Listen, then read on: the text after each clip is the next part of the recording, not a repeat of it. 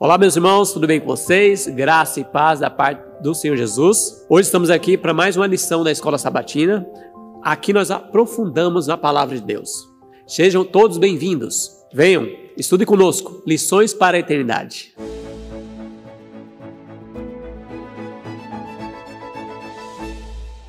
A lição desta semana, número 8, Vida moldada em Cristo e discurso inspirado no Espírito.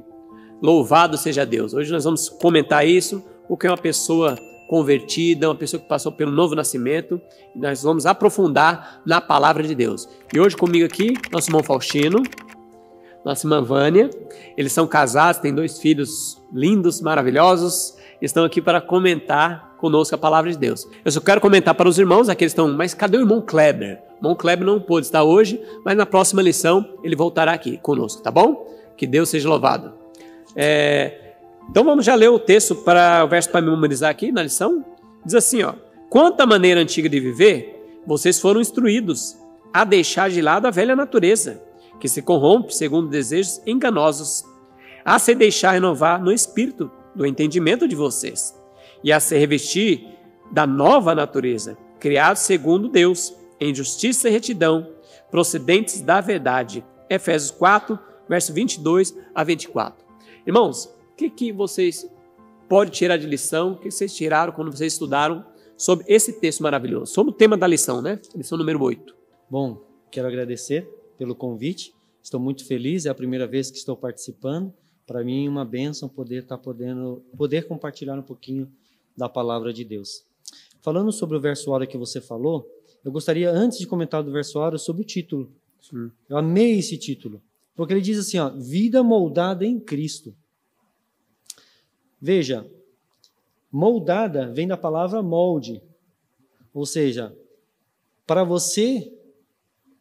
surgir uma peça, precisa ter um molde. E esse molde, se eu fizer uma peça e ela não se encaixar ali, ela está fora. Ela não é adequada. Então, eu tenho que seguir o molde. Então, a palavra aqui, vida moldada em Cristo, diz tudo. A vida do cristão tem que ser moldada num único exemplo, num único molde. E esse molde é Cristo. Bom, né? Deus. E depois disso, não tem como não haver um discurso inspirado no Espírito Santo. Então, a lição veio assim perfeito nesse título aí para começar, né? Então, a pessoa tem que estar moldada em Cristo, depois ele vai dar um discurso. Que é um discurso aí inspirado por Deus, né? Inspirado pelo Espírito Santo. Vânia? E aqui vem remetendo também a uma nova vida. Então, como aqui o meu esposo comentou, o nosso exemplo é Cristo. E às vezes quando a gente traz esse peso, né, muitas vezes no nosso meio, quem disse que Cristo é o nosso exemplo? Quem disse que você tem que viver como Jesus viveu? E o próprio título vem trazendo aqui, vida moldada em Cristo. Então, Jesus, ele é o nosso molde, não tem como a gente ir longe disso, né? Então, a nossa vida, ela tem que estar pautada em Cristo. E aí, o discurso inspirado no Espírito, a gente vai ver ao longo da lição que ele vai se caracterizar pelas nossas ações. Porque, às vezes, a gente acha que o discurso é o falar. E a gente vai ver que, na verdade, o discurso é aquilo que eu faço da minha vida que agora está moldada em Cristo. Exatamente. Muito bem. Tem um texto aqui inspirado por Deus, está no Atos dos Apóstolos, página 476, aí os irmãos podem comentar também. Diz assim, se alguém está em Cristo, nova criatura é, e as coisas velhas já passaram, eis que tudo se fez novo, segundo Coríntios 5, 17. Conhecemos bem esse texto, né? Sim. Aí ela vai comentar, mediante o poder de Cristo, homens e mulheres têm quebrantado a cadeia dos hábitos pecaminosos, têm renunciado ao egoísmo, o profano tem se tornado reverente, o bêbado sóbrio e o pervertido puro. Pessoas que tinham a semelhança de Satanás transformaram-se na imagem de Deus. Então foram moldados à imagem de Deus. Você vê que foi uma conversão radical. Pessoas que eram pervertidas agora é puro, o bêbado é um sóbrio. Então não é aquela pessoa que se converte meia boca, é uma pessoa que se converteu radicalmente, né? Louvado seja Deus. E chega a ser até uma incoerência se nós falarmos diferente, né? Porque imagine eu falar para o bêbado, olha, deixe de beber. É pecado, é errado, você está destruindo o teu corpo, o templo do Espírito Santo. Mas aí quando ele chega para as portas dentro da igreja, o que acontece? O discurso muda. Sim. Você não é possível você vencer, não é possível você ser diferente. Sendo que a palavra aí, muito clara, muito forte, direta ao ponto, não tem ficar rodeando, não. Ela vai direto, tem que haver mudança. A lição vai enfocar muito nisso. Você não tem como viver duas vidas. Ou você é, ou você não é. Ou você deixou a sua velha vida e passou a viver uma nova vida, o velho homem e o novo homem, né? Não tem como ser... Eu não posso ir...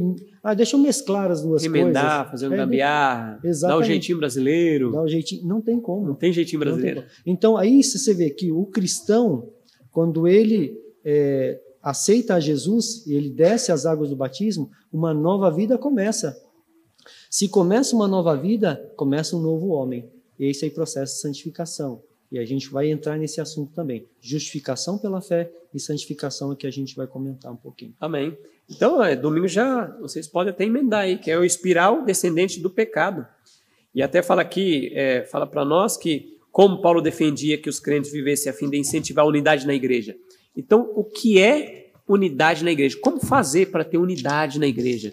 Como uma pessoa pode se unir com um irmão? Qual é a chave? Qual que é a receita para ter unidade? De acordo com esse texto, que é Efésios 4:17 até o 32. Eu posso responder? Sim. Eu vejo assim, a principal é Jesus Cristo. Olha aqui, vou ler essa frase que está nesse livro aqui, ó, Caminho a Cristo.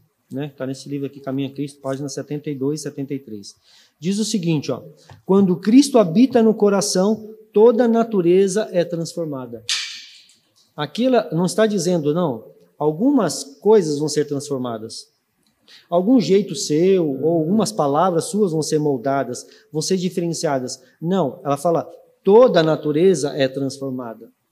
Né? E se você voltar para o verso do início da lição, o verso diz o seguinte, ele diz assim, se deixar moldar pelo Espírito, né? No verso, se deixar renovar no Espírito. Então, se você deixar se renovar no Espírito, isso vai acontecer, ou seja, a sua natureza vai ser transformada. Eu acho que aí começa o princípio da união. Porque quando eu, o indivíduo, permito que ocorra a transformação em mim, eu vou ver o meu irmão diferente. Eu não estou ali para acusá-lo, eu não estou ali para julgá-lo, eu estou ali para amá-lo. Entendeu? Sim. Porque houve transformação em minha vida, houve mudança na minha vida. E quando isso ocorre, eu vejo diferente a outra pessoa. Aí está aqui em Efésios 4:25, diz assim, por isso, deixando a mentira, fale cada um a verdade com o seu próximo, porque somos membros uns dos outros. Então, Vânia, aqui fala que para ter unidade, nós temos que falar cada um a verdade para o seu irmão. E como que a gente pode, então, nessa ideia que alguns falam assim, não, para ter unidade, não vamos falar desses assuntos polêmicos. Falar sobre saúde, não vamos falar, vamos ficar silenciados. Falar sobre a justiça pela fé, não vamos falar. O que é isso? Isso é unidade? Hoje essa palavra ela mudou um pouco. A gente poderia chamar isso de um ecumenismo. Então, é quando as ideias que tem das várias religiões, elas não entram em conflito. Então, o Alexandre, ele crê no mesmo Jesus que eu, o meu esposo também crê, mas os pontos conflitantes a gente não discute e a gente não fala, que é justamente para não trazer o quê? A diversidade. Só que a unidade que a Bíblia traz, e a lição também está trazendo, é uma unidade na verdade. Então diz assim, não falais, não mintais mais. E às vezes a gente está colocando aqui num contexto, quer dizer assim, então eu não vou mais mentir para o meu vizinho, se alguém, vamos supor, o banco me liga e está cobrando a dívida, eu vou falar que eu não tenho dinheiro. Não é nesse contexto que ele está falando aqui, ele está falando na questão de doutrina. Paulo está falando na questão de doutrina. Então, a responsabilidade uma vez que nós aceitamos a Cristo, e você não mentir, e mesmo quando você deixa de falar algo que você sabe, para não causar a polêmica, ou seja, você se omite, isso não deixa de ser uma mentira. Então, isso é muito grave hoje no nosso contexto, em a gente... para que você vai falar no seu canal? Você fica trazendo conflito para dentro da igreja. A gente muitas vezes ouve isso. Por que você vai falar desse tipo de assunto para abandonar a carne lá no púlpito? Não fala isso. Você quer viver isso? Vive para você.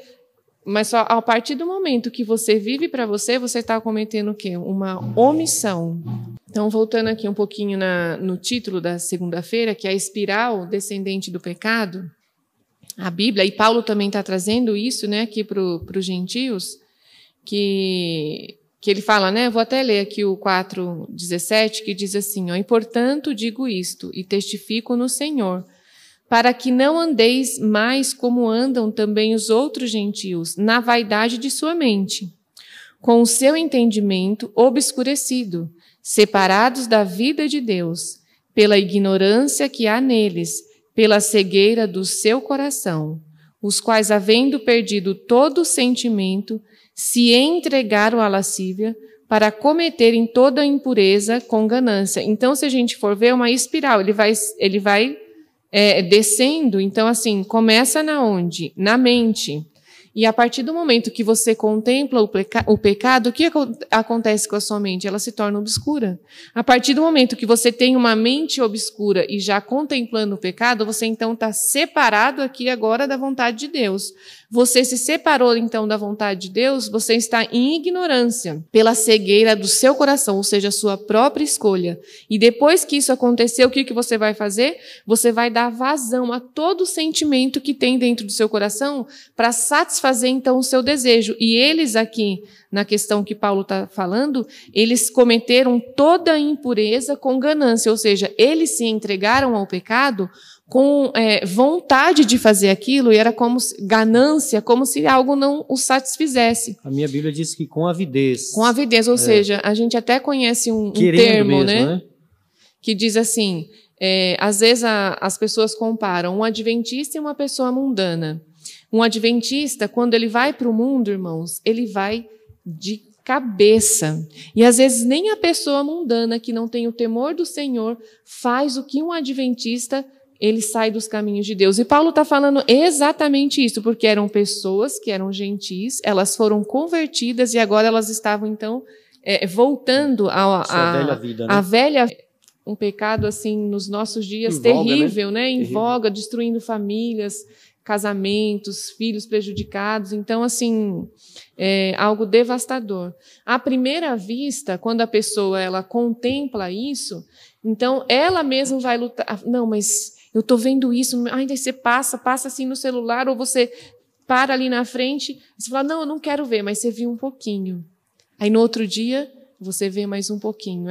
Aí daqui a pouco você para horas e você... Aquilo, então, o que fez esse pecado? Ele obscureceu a sua mente.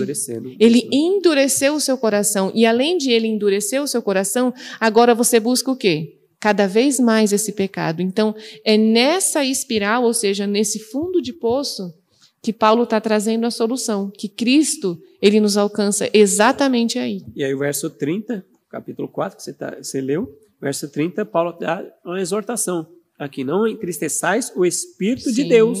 Porque se a pessoa anda obscurecida a mente, ela vai indo, andando naquele pecado, um pouquinho, daqui a pouco ela entristece o Espírito Santo, que ela está endurecida, que ela não ouve mais nada. Sim. Não ouve mais nada. Aí é terrível, né? Provérbios 5, né? Em relação à lição de domingo, né? No espiral descendente do pecado. O livro de Provérbios, versículo 5... No versículo 22 diz assim: quanto ao perverso, as suas iniquidades o prenderão, e com as cordas do seu pecado será detido. É importante lembrar, quando ele está falando sobre a descendente do pecado, a minha esposa falou muito bem, conforme nós vamos dando vazão para o pecado, nós vamos perdendo a noção do perigo, a noção de quão maléfico, maligno é o pecado. Eu costumo dizer aqui, assim, é lepra. Você ia sair de lá, oba, tô com lepra, que legal, né? Ou você já sairia desesperado? Porque quem vivesse naquela época, ou quem viveu naquela época, sabia que quando tinha uma manchinha, por menor que fosse, não precisava ser uma manchona, por menor que fosse, se fosse lepra, diagnosticado lepra, era o quê? Condenação à morte. Sabia, porque não tinha cura. Ia aumentar, né? Ia aumentar. Ia aumentar. Agora, isso é o que é interessante. A lepra é uma boa comparação, porque a lepra ela não permanece só aquela manchinha. Ela tende só a aumentar. Assim é o pecado. Nós vamos perdendo noção, porque a lepra não causa dor. Ela faz perder a sensibilidade dos tecidos, destrói os tecidos nervosos. Então a pessoa não sente dor. E aquilo ali só vai aumentando, e ela vai perdendo cartilagem, orelhas, né, extremidades, e vai ser só deteriorando. Assim é o pecado. A pessoa muitas vezes vai se envolvendo tanto com o pecado que ela vai perdendo a noção. E ela chega tão fundo, que muitas vezes ela fala, eu não tenho mais volta. Né? Eu não tenho mais como voltar. Por quê? A própria palavra nos alerta que o pecado nos detém, nos segura. Né? Aí, não só por si só o pecado faz isso. Agora imagine Satanás ainda colocando a culpa. Sim. Aí, tá vendo? Você cometeu isso aí, ó. Para você não tem mais chance não, rapaz. Mas agora tem uma chance. Na segunda-feira vai falar uma dramática mudança de roupa. Gostaria que vocês comentassem isso aí. Eu vou ler até o texto que está na Bíblia, que é do Efésios 4, de 20 a 24. Ó. Mas não foi assim que aprendeste a Cristo. Se é que de fato os tendes ouvido e nele foste instruído segundo a verdade em Jesus. No sentido de que, quando ao trato passado, vós despojeis do velho homem, que se corrompe segundo as concupiscências do engano, e vós renoveis no espírito e vosso entendimento, e vos revistais do novo homem, criado segundo Deus em justiça e retidão, procedentes da verdade. Eu quero até que vocês comentem. Existe uma figura, até um quadro aí que aparece geralmente na internet, que é Jesus pegando uma roupa limpa, bem limpa, colocando numa pessoa que está com roupa suja. Isso aí é real, irmãos? Comentem. Bom, antes de responder essa pergunta, eu vou te dizer uma coisa. Vamos lembrar dos discípulos? João, como que ele era? Filho do trovão. Filho do trovão. Os discípulos estavam brigando para ver quem era o primeiro, né? Quem sentava ao lado direito e esquerdo de Jesus. Então, eles estavam naquela disputa, queriam ser o primeiro. Eles eram egoístas, né? Pedro, agressivo. E aí a gente, depois, a gente vê uma transformação neles. As pessoas olhavam e viam transformação neles. Então, assim, é possível ocorrer transformação.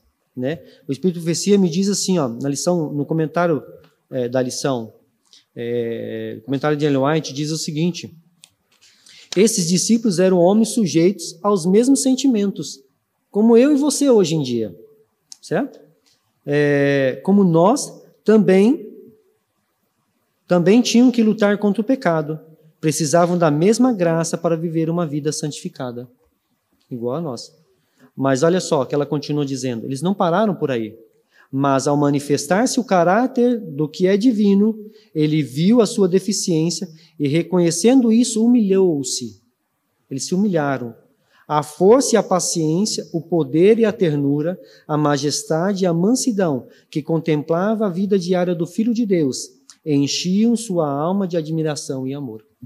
Então agora eles eram preenchidos por outra, né? Como Paulo diz, não alimentavam mais a carne, mas sim o espírito, porque estavam cheios do poder do Espírito Santo. Irmã Vânia, agora me explica aquele quadro. Aquele quadro é real? Jesus com a veste branca colocando uma pessoa com roupa suja? Então, esse quadro é usado até em semanas de oração da nossa igreja. Eu conheço pessoas que têm ele até em casa. Ele é acalentador para nós. Quando nós olhamos para ele e vimos, então, Jesus pode nos cobrir da forma como estamos, isso para nós nos torna... a graça, na verdade, seria a graça barata. Eu não preciso fazer nada, que Cristo ele vai fazer por mim. E aqui Paulo ele está exortando aqui os Efésios que, na verdade, essa nova vida ela se caracterizava pela mudança de roupa. E ele usa a mudança de roupa, que para nós hoje pode ser algo trivial, porque no nosso dia a dia, às vezes até no mesmo dia, a gente troca de roupa tantas vezes e a gente não faz essa diferença. Mas naquela época, quando alguém tirava as suas vestes e colocava então uma roupa nova, isso era notório entre eles, porque eles não tinham esse costume. Muitos passavam dias com a mesma roupa, semanas, eles não trocavam a roupa como nós trocamos hoje. Então, imagina, você andando no deserto, poeira, então era característico a sua roupa estar como? Suja. E quando você trocava de roupa, isso era tão notório, e Paulo está usando essa ilustração. Então, ele está dizendo aqui, quando nós testificarmos de Cristo em nosso caráter, ou seja, essa mudança, não é Cristo cobrindo você com a roupa, as vestes dele na sua suja. É o contrário, o quadro correto deveria ser Cristo tirando as suas vestes sujas e então cobrindo você com as vestes limpas e novas, e não ele acobertando a sua vida de pecado. Não é isso que a graça e o sacrifício de Cristo fez. E Paulo está falando exatamente isso, porque eles tinham que testificar na vida deles que antes eles eram, então, gentis, fornicadores, idólatras, profanos, lascívios, e agora as pessoas tinham que ver na vida deles essa mudança de vida. E hoje na igreja, as pessoas vêm para a nossa igreja, e eu digo isso não só no contexto adventista, eu digo isso no contexto cristão em geral. E as pessoas falam assim, não, Jesus está preocupado somente com o seu coração. Não, o que você faz por fora, o que você faz no corpo, isso não vai trazer diferença nenhuma. Mas a Bíblia ela é totalmente contrária a essa ideia. Porque uma vez que você aceitou, quando a gente aceita a Cristo, na nossa mente ocorre uma transformação, há uma mudança de mente. Então, se houve uma mudança de mente na forma que você pensava e agora você não pensa mais, então há também uma mudança nas suas ações. Então, se você é transformado por aquilo que você contempla, isso vai se refletir nas suas obras, as boas ou más. Então, nós como cristãos, como representante de Cristo, aceitando essa nova vida, quando eu estiver lá fora, as pessoas têm que olhar para mim e falar, a Vânia trocou de roupa, tem algo diferente nela.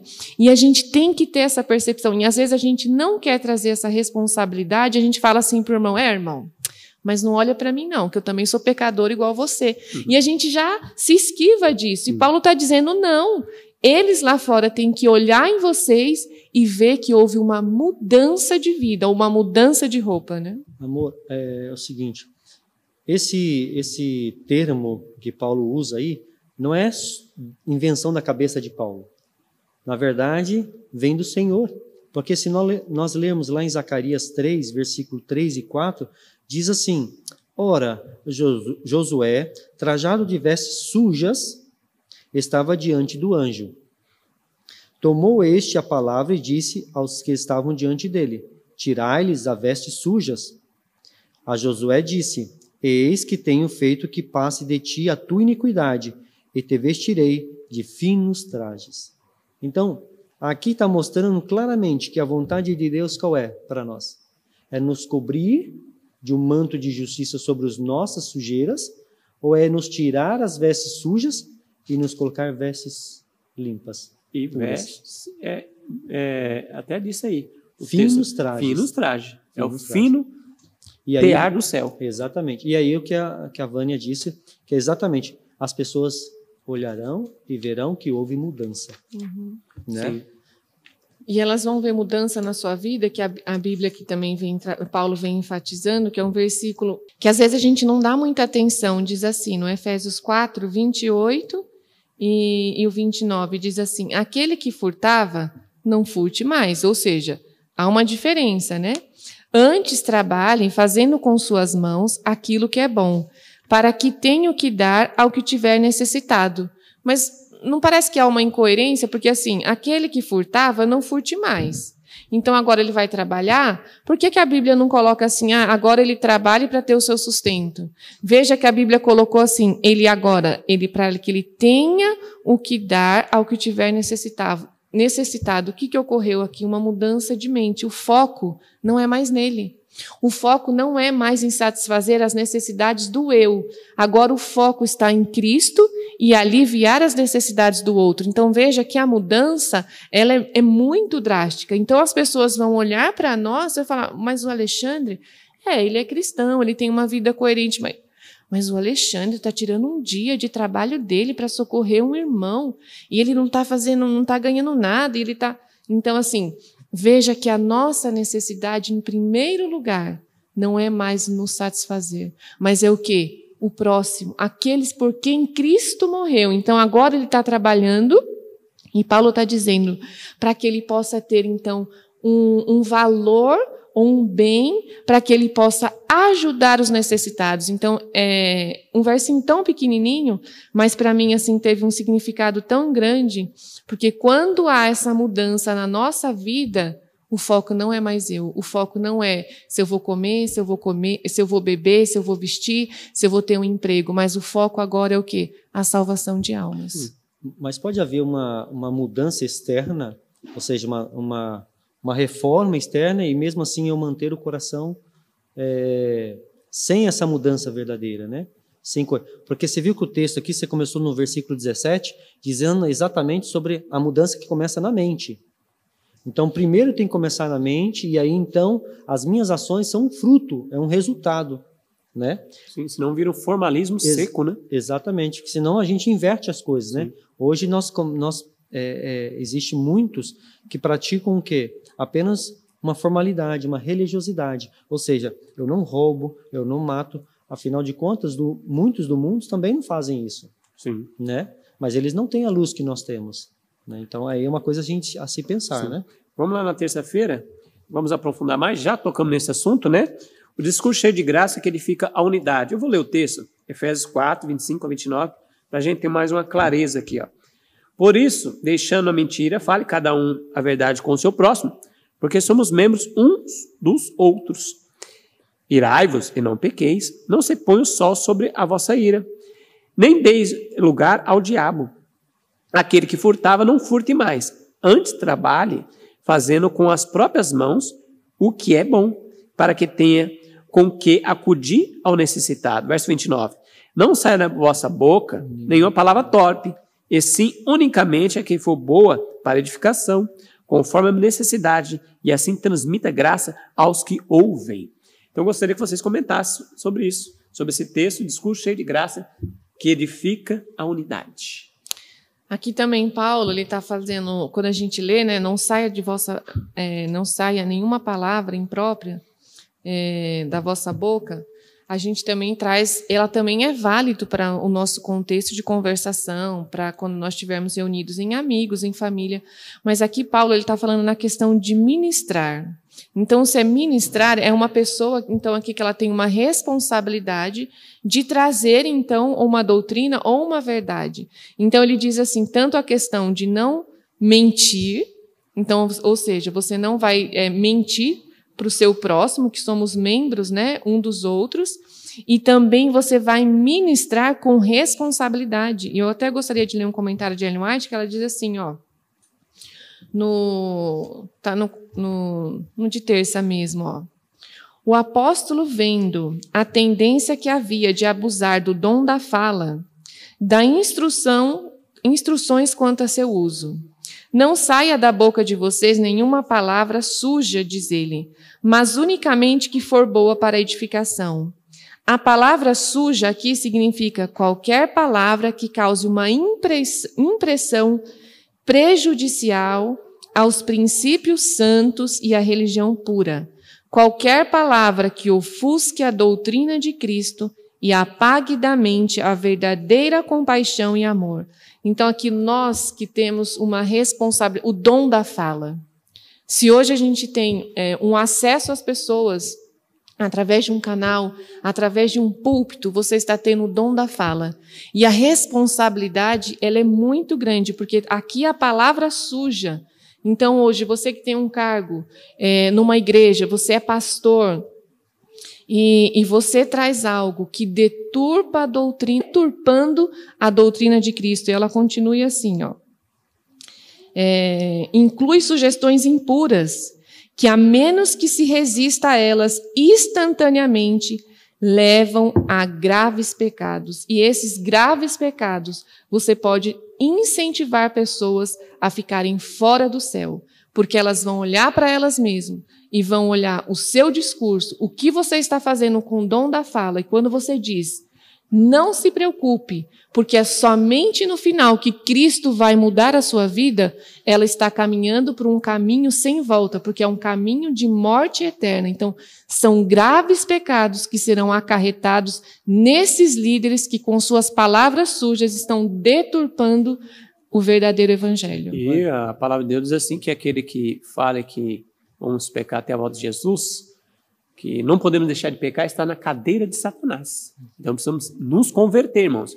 Porque se uma pessoa entra na igreja, uma pessoa que, como a gente viu aqui, é uma pessoa que é viciado em bebida alcoólica, e ele entra, eu quero vencer, me ajuda. E ele ouve essa palavra, você vai pecar até a volta de Jesus, a pessoa volta para trás e faz o quê? Volta para o vício. Esse sangue dessa pessoa, quando ela se perder, recai sobre mim, porque eu dou uma palavra de desânimo. Eu não dei uma palavra para ele, você pode vencer, em nome de Jesus. Incredulidade. Incredulidade. Igual israelitas na porta de Canaã. Exato. Falando isso, me fez lembrar de um vídeo que recentemente eu vi, de um pastor falando, não lembro a denominação dele, mas ele falou no seguinte, que nós não temos o livre-arbítrio. O que nós temos hoje em dia é livre agência. Eu explico. Segundo ele, o livre-arbítrio, nós não temos livre-arbítrio, nós temos a livre-agência. O que seria a livre-agência? Seria, por exemplo, eu tenho a opção de escolher o terno que eu vou usar, a camisa que eu vou usar, aonde eu vou, porém eu não posso escolher fazer o bem. Veja, e é uma pessoa muito bem conhecida aí nos meios da mídia, e aí eu fico pensando, poxa, que incoerência nessa. Me fez lembrar aqui, de Adão e Eva. Porque Adão e Eva, quando Deus apareceu ali no jardim e chamou por eles, e falou, o que vocês fizeram? Vocês comeram do fruto? Adão falou, sim, a mulher que você me deu, ela fez eu comer o fruto. E aí então Deus perguntou para Eva, e Eva falou o quê? Não, foi a serpente que você criou. No final de contas, a culpa caiu em quem? Em Deus. Sim. Ou seja, na verdade, eles estavam justificando um erro deles, um pecado. E não se arrependendo do pecado, se justificando. Então, quando eu digo que não tenho livre-arbítrio, ou seja, que eu não tenho escolha, eu não posso escolher entre o certo e o errado, entre o que é bom, eu não posso fazer o que é bom, o que estou querendo dizer? Que a culpa é de quem? A culpa é de Deus. Porque quem é que fez isso em você? Segundo eles, a culpa é de Deus, porque foi Deus que criou você. Só que Deus que colocou essa tendência em você. Entra em contradição com a palavra de Deus, Tiago 4,17, portanto, aquele que sabe que deve fazer o bem e não o faz, nisso está pecando. Então é a escolha aqui, portanto, aquele que sabe que deve fazer o bem, uma pessoa que tem escolha, ele sabe aquilo que é certo, e não faz, nisso ele está pecando. Então, pecado é uma escolha. Quer você não goste, quer você goste, pecado é escolha. Satanás, lá no céu, lugar puro, escolheu. Sim. Ele não tinha nem natureza pecaminosa, ele escolheu. Mediante o poder de Cristo, homens e mulheres têm quebrado as correntes do hábito pecaminoso, têm renunciado ao egoísmo. O profano tem se tornado reverente, o bêbado sóbrio, o pervertido puro. Pessoas que tinham semelhança de Satanás foram transformadas à imagem de Deus. Não é uma bênção isso? Amém. Transformado à imagem de Deus. E não é isso que Deus quer fazer de nós? Sim. Nos transformar à imagem dele? Então, como eu posso dizer, eu vou culpar a Deus dizendo, não, mas é a minha tendência. Então, eu vou E é até interessante que tem uma outra doutrina que tem divulgado muito e se espalhado bastante, é a doutrina da segunda chance. Você já ouviu falar da segunda chance? É o que a gente chegou a comentar um pouquinho aí. Não, você não precisa se preocupar. Você luta aí contra os seus pecados, mas não se preocupa muito não, porque você tem uma chance. Quando Jesus voltar, ele vai vir e olha, vai limpar você totalmente. Ou entendeu? quando nós formos selados, né? Então, é até incoerente que a Bíblia, Paulo está trazendo esse contraste, porque a nossa vida, ela não pode ser um melhoramento da nossa velha vida. Sim. E hoje as pessoas querem dizer assim, olha, você vem, né? Que aqui as palavras sujas que estão sendo colocadas hoje do nosso púlpito, você vem, você tem que lutar sim contra o pecado. Mas você não tem que lutar tanto contra o pecado. Então, assim, você não precisa ficar tão preocupado, você não precisa acordar e dizer assim, e agora? O que eu vou fazer? Mas eu ainda estou com esse pecado. Não leve esse fardo para a sua vida. Quando você for selado, ou seja, quando a chuva serôdia ela for derramada, aquilo que você lutou 30 anos e você não conseguiu, agora na chuva serôdia isso vai ser removido de você. E na verdade, quando a chuva serôdia for derramada e nós tivermos esse pensamento, você vai ser daqueles que vão condenar aqueles que estão recebendo a chuva serôdia e dizer que a obra que eles estão fazendo é uma obra de Satanás. Por quê? Porque você está perdido. Porque você deixou, então, você procrastinou a sua salvação. E quando a gente pega e eles trazem isso, né, para nós, olha, você tem que lutar. Não estou dizendo que você tem que ficar com o pecado. Mas calma, não é assim. Já a Bíblia, e Paulo também ele fala, né, quando ele fala, eu esmurro o meu corpo e o reduzo, então, ele aqui está vendo uma luta. Ele chegou ao ponto que ele preferia morrer do que pecar. E nós vamos chegar nesse ponto também, mas é pelo nosso próprio poder, pelo nosso próprio mérito. Agora, o que me deixa mais triste é que a lição, irmãos, ela está trazendo aqui a mensagem de justificação pela fé que foi dada em 1888, trago pelo pastor Jonas Wagner, e Deus tem conduzido de tal maneira que é impossível você estudar essa lição com o Espírito de Cristo e dizer que não há solução para os seus pecados acariciados, que não há solução para você, uma transformação de vida, uma renovação de mente, uma transformação dos seus atos. Então, nós não precisamos ficar desesperados, realmente não precisamos ficar desesperados em levar 30 anos para abandonar o pecado, porque há esperança, porque hoje, pelo poder de Cristo, a lição está trazendo aqui, pelo poder de Cristo, aquilo que você acariciou ao longo da sua vida, hoje você pode deixar. Amém. Então, irmãos, que lição maravilhosa. Então, essa lição está explicando para nós que é possível a gente ser transformado uma nova criatura e vencer todas as nossas tendências herdadas e cultivadas para o mal. Se você não é inscrito no nosso canal, se inscreva, clica no sininho para receber novas notificações e compartilhe esse vídeo, irmãos. Compartilhe esse vídeo. Vamos ser missionários nas redes sociais. Quarta-feira fala o Espírito Santo na vida do crente. E a continuação, os irmãos podem comentar, Efésios 4:30, e não entristeçais o Espírito de Deus, no qual fosse selado para o dia da redenção. Então comenta para nós, irmãos, o Espírito Santo na vida do crente. O que o Espírito Santo faz? A primeira obra do Espírito Santo é nos convencer do pecado. Quando ele nos mostra o nosso estado e nós reconhecemos qual é o estado que nós estamos, aí começa o processo. Porque aí o Espírito Santo vem com a segunda obra dele, que é exatamente nos conduzir ao Salvador. Ou seja, a Vânia falou muito bem, ou seja, nós temos pecados acariciados e muitas vezes Satanás nos leva a pensar que nós não podemos vencê-los. E que nós vamos ficar subjugados. E como a palavra de Deus, nós lemos lá em Provérbios, o pecado nos prende e que parece que não vai soltar de nós nunca mais, ou que ele enraizou tão profundamente que não há mais solução para mim. Então, a palavra de Deus está me dizendo que se eu ouvir a voz do Espírito Santo, hoje, se ouvirdes a minha voz, não endureçais o vosso coração, se eu ouvir a voz do Espírito Santo, ele vai me mostrar qual é o meu estado. O meu estado é de uma necessidade. Uma necessidade, porque eu sou pecador. Eu estou com pecados, eu estou em vida de pecado, eu estou praticando pecados e eu preciso de mudança. Mas como? Se eu fui tão longe, Aí então vem o Espírito Santo e fala, agora olha para aquele lá, olha para Jesus. Pois ele é o seu molde, aí volta para aquele título, o título da lição. Ele é o seu molde. E ele, pelo Espírito Santo, vai te capacitar. Aí, ó, o título diz, inspirado pelo Espírito. Ou seja, você vai ser inspirado, você vai ser empoderado pelo Espírito Santo para poder vencer. Certo? E uma outra coisa que é importante.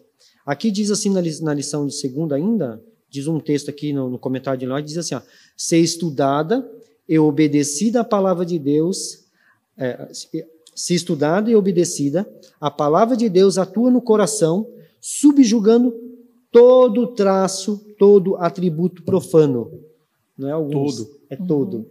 Entendeu? Então, sim, Deus mais do que nunca, Ele deseja fazer, a gente parece que é uma repetição, né? Porque quando nós falamos do manto, né? Do fino traje, nós estamos falando que Deus quer tirar o traje sujo e colocar um traje limpo. Agora nós estamos falando que, sim, Deus está querendo fazer o quê? Dar poder para mim vencer. Sim. Entendeu? E aqui o texto até fala assim, que no qual foste passado, selado para o dia da redenção. Então, o Espírito Santo nos prepara antes para o dia da redenção. Chuva temporã, só vai receber chuva serôdia quem recebeu chuva temporã. Olha aqui que diz, só uma linha. Mensagem escolhida, volume 3, página 137. O Espírito foi prometido para estar com os que lutassem pela vitória. Então, o Espírito Santo só está com aqueles que crê que é possível vencer. O Espírito Santo está com aqueles que, mesmo às vezes, eles estão pecando, estão numa vida de pecado, mas eu creio, Senhor, eu creio que em Jesus, pelo poder do Espírito Santo, eu posso vencer. Aí Jesus opera, não no incrédulo. O incrédulo fala assim, não tem como. Como é que Jesus vai fazer isso? Porque se ele fizer um plim naquele que não crê, por que ele não faz um plim também na volta de Jesus com as pessoas do mundo? E por que ele não fez em Lúcifer? Então... Ele não poderia ter feito isso. Então, assim, é tão incoerente, Alexandre, a gente Adão pensar... e Eva só aquele rim, irmão. Por que ele não fez assim? Então, por que o Espírito Santo então não interferiu no livre-arbítrio de Adão e Eva e fez esse plim? Sim. Que hoje é tão pregado, mas graças a Deus a doutrina da Igreja Adventista ela não mudou. Amém. Ela continua pura e Deus tem mantido essa igreja. Eu creio nisso. E trazendo a questão da pergunta do Espírito Santo para a nossa realidade... Porque às vezes a gente lê, né, sobre o ébrio, né, que agora ele é sóbrio. Mas vamos trazer agora aqui para o nosso contexto, o contexto de família, de mãe, de pai, dos nossos filhos. Então, como que é a obra do Espírito Santo aqui?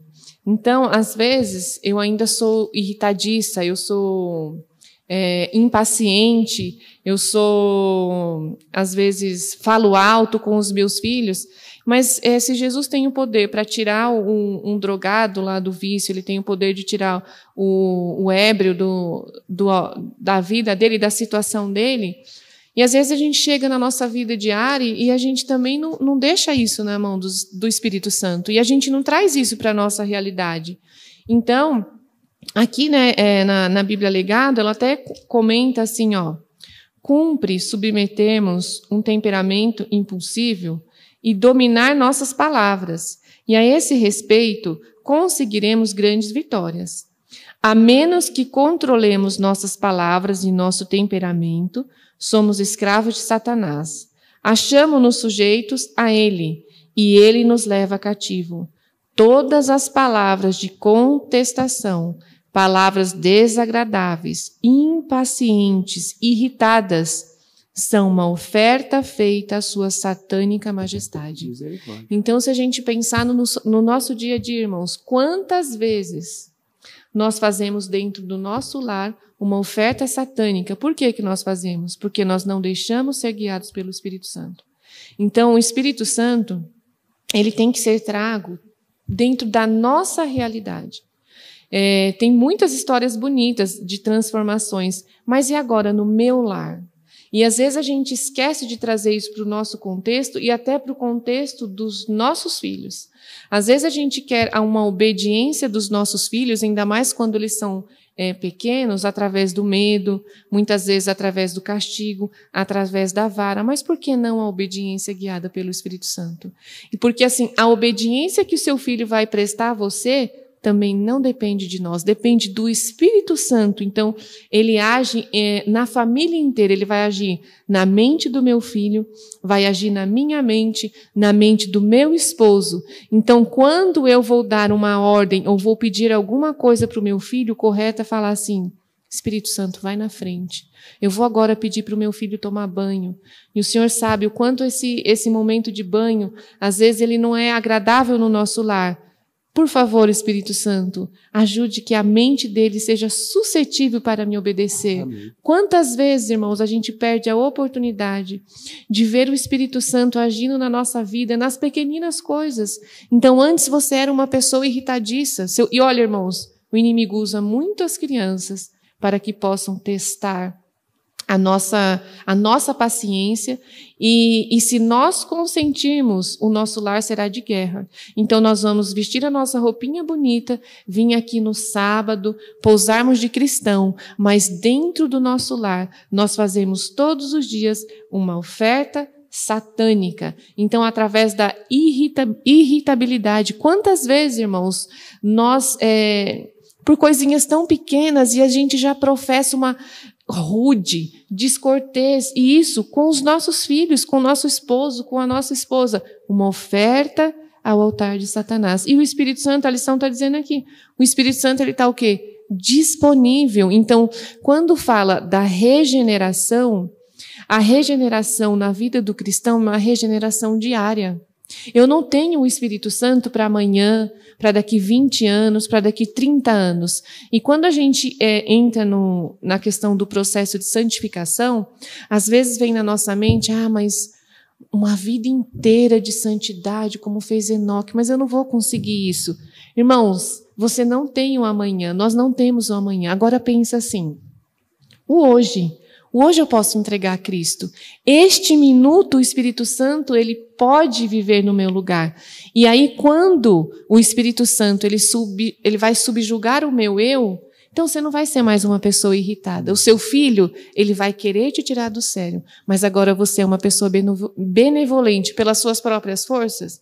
Não, pelo poder do Espírito Santo. Então, quando Cristo foi ao céu e ele prometeu o Espírito Santo, irmãos, isso quer dizer que não há regeneração, não há uma nova vida sem o Espírito Santo atuando em nossa vida. E aí, já que a irmã falou das palavras, nós entramos na quinta-feira, bondade não amargura, que o verso fala, Efésios 4, verso 31 a 32, diz assim: longe de vós toda amargura, cólera, ira, gritaria e blasfêmias, e bem assim toda malícia.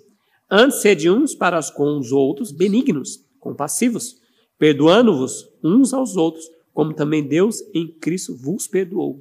Irmão Faustino, o que você gostaria de comentar sobre essa quinta-feira? As palavras, bondade, e fora com a amargura. Eu penso que quando Cristo está em nós, ele abranda todo temperamento, tudo que é áspero, tudo que é escabroso na nossa vida, ele abranda. Porque aqui, ele diz muito claro, a religião de Cristo abranda tudo que é insensível e rude no temperamento e suaviza tudo que é áspero e escabroso no comportamento. Torna as palavras brandas e a conduta cativante. Aprendamos de Cristo a maneira de harmonizar o ato senso de pureza e integridade com uma disposição feliz. O cristão bondoso e cortês é o mais poderoso argumento que se pode apresentar em favor do cristianismo. Então, fechando o que a Vânia disse ali, é no nosso dia a dia. E quer maior exemplo do que dentro do nosso lar? Porque ali eu não tenho como mentir. Ali o meu filho está me vendo quem eu sou de verdade. E ele está acompanhando não só as minhas palavras, mas as minhas, nossa afeição, né? Se eu me irrito. Muitas vezes eu não cheguei a gritar com ele, mas a minha afeição é uma afeição de agressividade. Então isso eles percebem, desde bebezinhos eles percebem isso. Agora, o nosso molde é Cristo. Nós temos que buscar. Agora, o que eu penso aqui, aí eu falo particularmente para mim, porque eu também tenho minhas lutas, eu também tenho as minhas dificuldades quanto a tudo isso que foi falado aqui. Agora, nós, o que eu tenho que fazer, eu particularmente, é buscar o Senhor. é buscar a Ele. Quantas vezes, tem um hino muito bonito, que eu acho que 200, a gente cantou, ó, que amigo em Cristo temos, né? E lá diz o seguinte, quanto nós perdemos, né, por não buscarmos o Senhor em oração.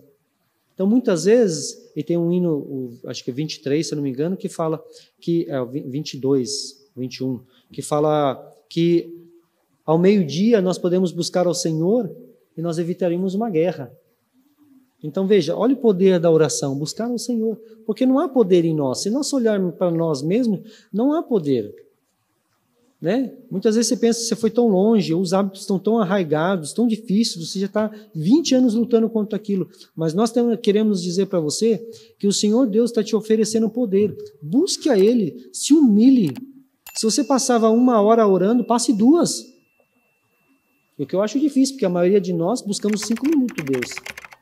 E nós queremos ter poder para vencer. Nós não teremos nunca. Como teremos o Espírito Santo se nós não buscamos o Espírito Santo? Então nós devemos buscar. E aí sim, ele se fará presente. E aí, aquele verso áureo que nós lemos ali, é se deixar, olha lá, se deixar renovar no Espírito. Não tem outra forma, se eu não permitir, né? E o título da lição, Vida Moldada em Cristo. Eu sou moldado à semelhança de Cristo. E agora o meu discurso não vai ser mais essas palavras rude, essas palavras intemperantes, porque o discurso é inspirado pelo Espírito Santo. Por isso que o texto a gente, irai, mas não pequeis. Uma criança, igual a irmã falou, às vezes tira o pai e a mãe do sério, mas você está irado, mas não pratica. Exato. Oh, Deus, me ajuda com o Espírito Santo. O Espírito Santo abranda, suaviza. E aí você vai falar a palavra como Cristo falava, que é moldado semelhante de Cristo. Cristo nunca deu uma palavra, até quando ele foi expulsou os cambistas, a Moate fala que com lágrimas ele fez. Sim. Então, a palavra de Deus diz assim, que o filho é corrigido porque o pai ama. Quando ele corrige é porque ele ama. Ele não faz com, assim, com ira. Corrige uma criança com ira, mas com amor. Ele chora. Porque... E Deus é assim. Louvado seja Deus. Amém. E aqui, só rapidinho na questão que o leu aqui de quinta-feira, que fala uma questão do perdão. E às vezes parece assim tão... já falado muitas vezes, é praxe isso, mas quando, irmãos, uma das formas que nós podemos ver que não estamos vivendo no Espírito é quando você não perdoa. Porque quando você não perdoa, é o seu eu que está exaltado. Então quer dizer que o seu eu ainda ele aflora, o seu eu ainda ele tá ressuscitando. E aí você não perdoa as pessoas, você se dá o direito de ressentir. Mas Paulo diz assim, que você foi ressuscitado. Se você foi ressuscitado, então o seu eu ele tem que estar o quê? Morrendo todos os dias. Então quando acontece... E às vezes as pessoas elas não sabem lidar com isso. As pessoas que elas vão mais trazer mágoas, que vão mais necessitar do seu perdão, ou você também pedir perdão, são as pessoas que você convive. Porque as pessoas que você não convive, não faz diferença se ela te magoar ou não. Vai fazer diferença? Não vai fazer, mas são os seus irmãos. E quanto nós podemos ver o nosso eu aflorado, quando o irmão erra, peca, comete alguma falta contra nós, e nós vamos falar assim para ele, eu te perdoo, mas você não faça mais. Eu te perdoo, mas... E a gente começa a dar um monte de condições para que você possa perdoar essa pessoa. Então, irmãos, quem está vivendo ali é o seu eu e não o Espírito Santo.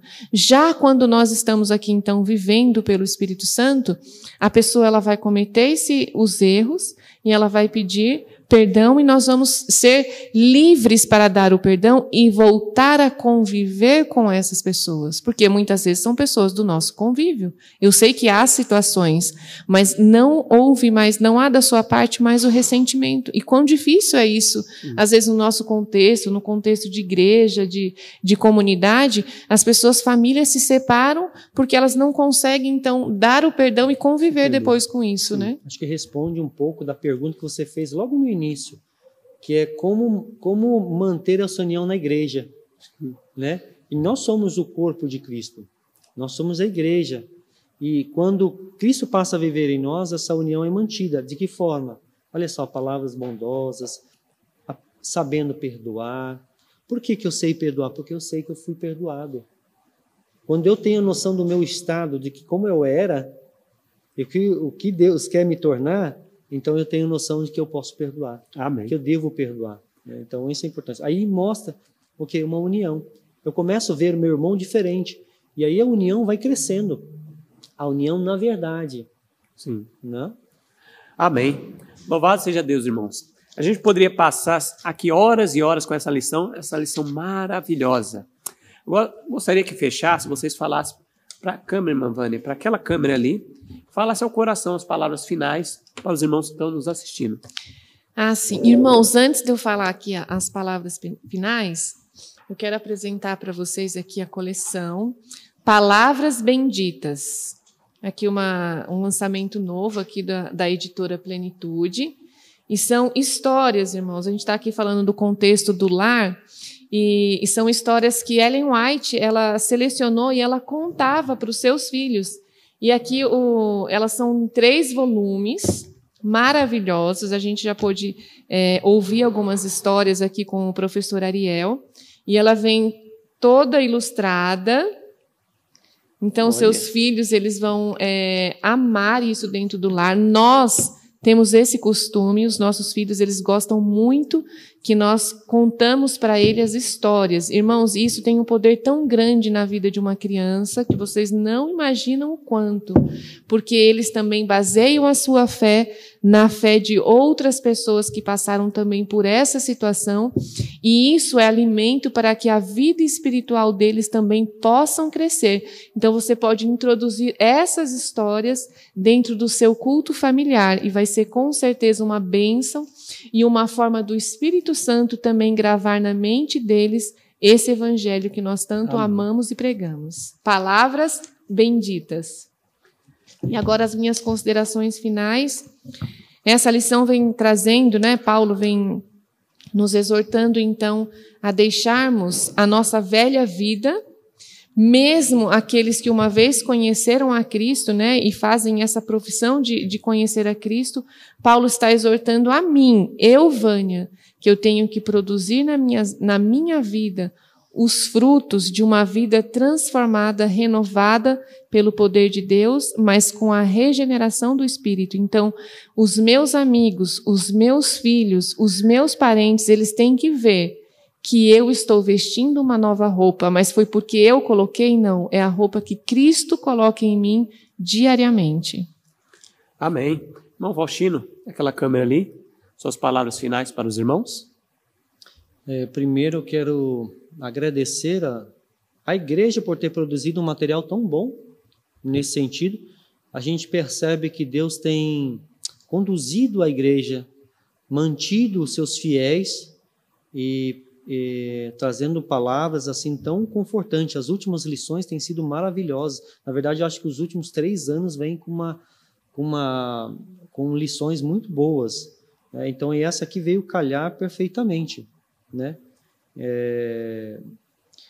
Como cristão, eu quero finalizar dizendo o seguinte: eu sou pecador, mas há uma promessa muito boa para mim e para você.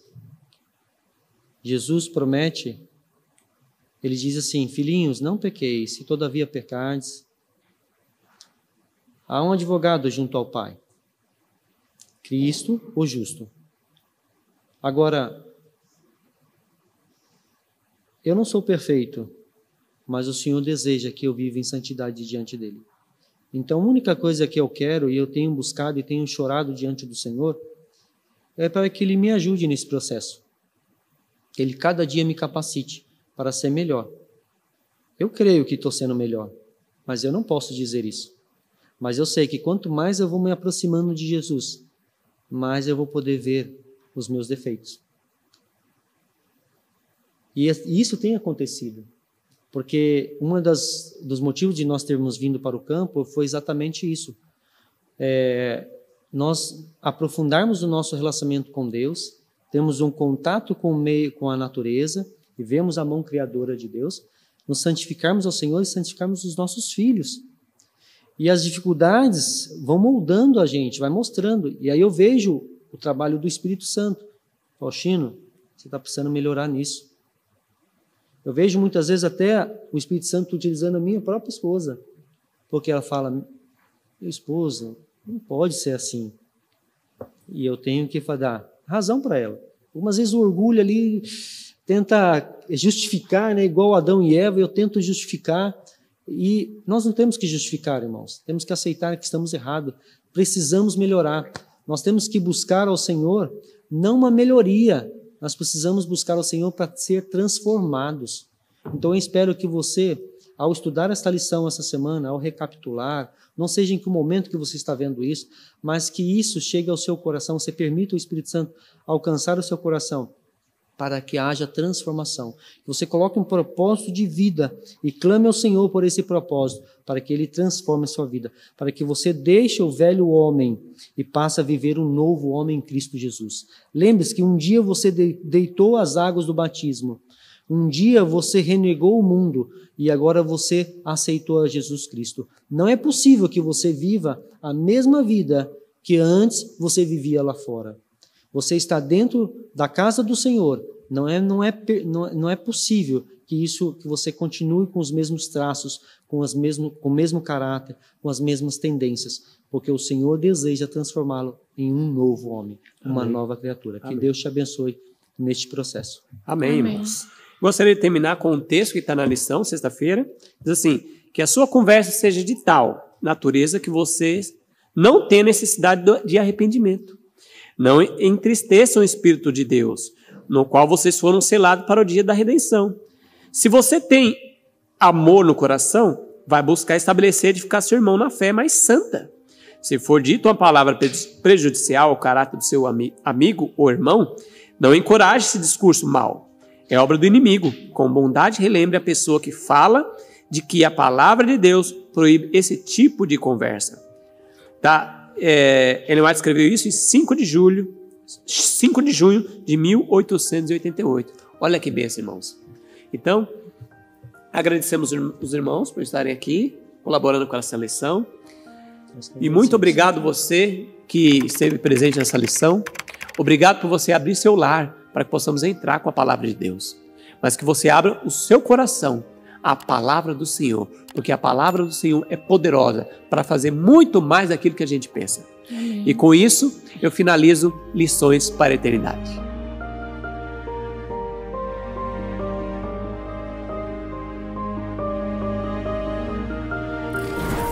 IAG. Juntos avançaremos.